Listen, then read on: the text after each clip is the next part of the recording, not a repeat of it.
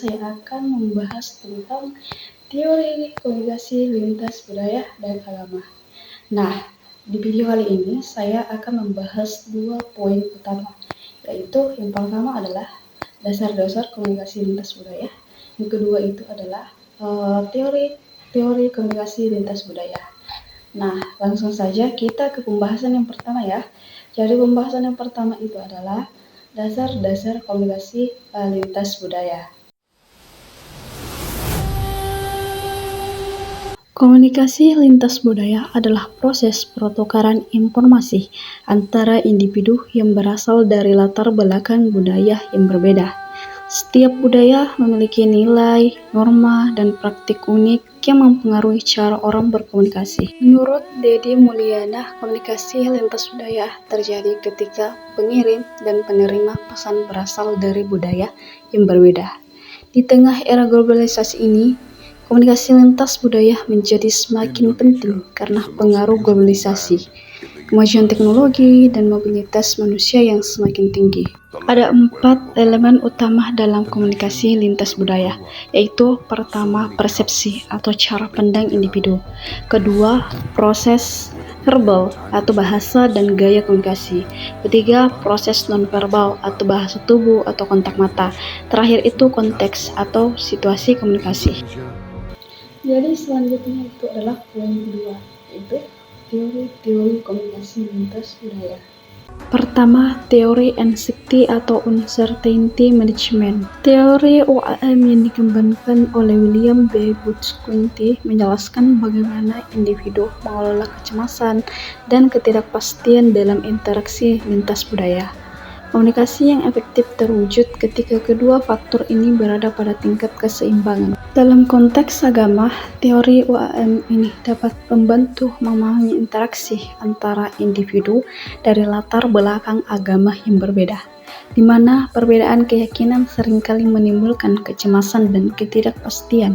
Kedua, teori patch negotiation dan konflik antar budaya. Teori patch negotiation yang dirumuskan oleh Stella Ting-Tommy menjelaskan bagaimana orang mengelola konflik serta menegosiasi wajah atau citra diri dalam interaksi antara budaya. Di Indonesia, masyarakat sering menghindari konflik terbuka dan memilih pendekatan yang lebih halus untuk menjaga kehormatan sosial, sejalan dengan prediksi dalam teori patch negotiation. Ketiga, dialog antariman dan komunikasi lintas budaya.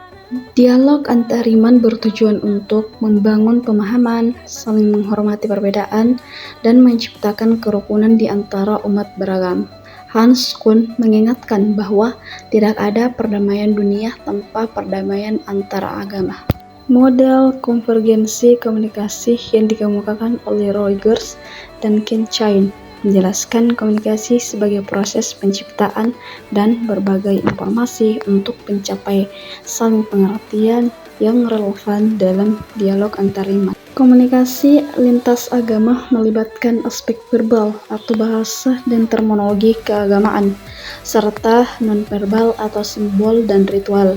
Nah, memahami kedua aspek ini sangat penting untuk menghindari kesalahpahaman. Keempat, teori adaptasi antara budaya dalam konteks agama.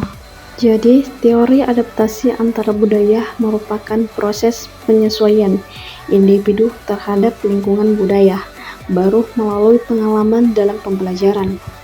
Nah, teori ini membantu kita memahami bagaimana penganut agama beradaptasi dalam lingkungan dengan tradisi keagamaan yang berbeda, meliputi perubahan dalam aspek kognitif, afektif, dan perilaku. Nah, pendidikan agama dapat berfungsi sebagai sarana untuk memfasilitasi adaptasi antara budaya dengan cara mengembangkan pemahaman tentang keberagaman serta keterampilan hidup dalam masyarakat yang pluralistik. Nah, itulah pentingnya kita memahami komunikasi lintas budaya dan agama, terutama tentang teori-teori komunikasi lintas budaya dan agama.